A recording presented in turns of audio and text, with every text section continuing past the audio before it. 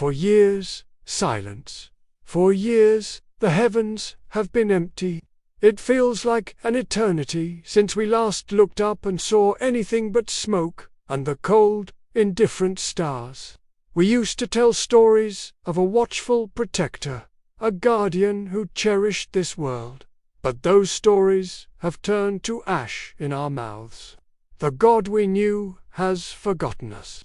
Or perhaps we were never remembered at all. This is Act 1 of our story, Starvation. It began subtly, a creeping dread that settled in our bones long before the skies fell. The raids were relentless. They came not like thieves in the night, but like a storm in broad daylight, tearing through our towns, our cities, our lives. They were not from this world. Their ships blotted out the sun, casting long, terrifying shadows over the fields we once harvested.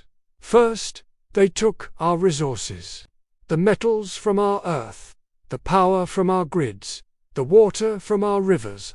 They drained us dry, systematically, efficiently. We watched, helpless, as the veins of our planet were tapped and bled for a purpose we couldn't comprehend. Our defenses were a joke, our weapons like pebbles against a tidal wave. We fought, of course we fought. We fought with everything we had, with the fire of desperation in our hearts.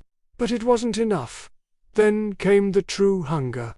With our supply lines severed and our farmlands poised by their strange technologies, the food ran out. Shelves that once overflowed with abundance became monuments to a forgotten age. We rationed, we shared, we scavenged, but a starving belly knows no community. We saw the hollows in our children's cheeks deepen, their laughter replaced by a quiet, gnawing ache. The hardest part wasn't our own hunger, but watching them fade, their bright eyes growing dim. We told them stories of feasts, of bread and fruit, tales that sounded like impossible fantasies. Just when we thought we had nothing left to lose, they took our homes. The bombs fell not with the roar of conventional warfare, but with a sickening, silent hum that dissolved buildings into dust.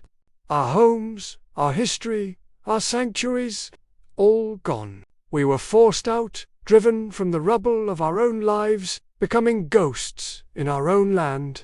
We became nomads, wandering through the skeletal remains of our civilization, searching for a place, any place, that was safe.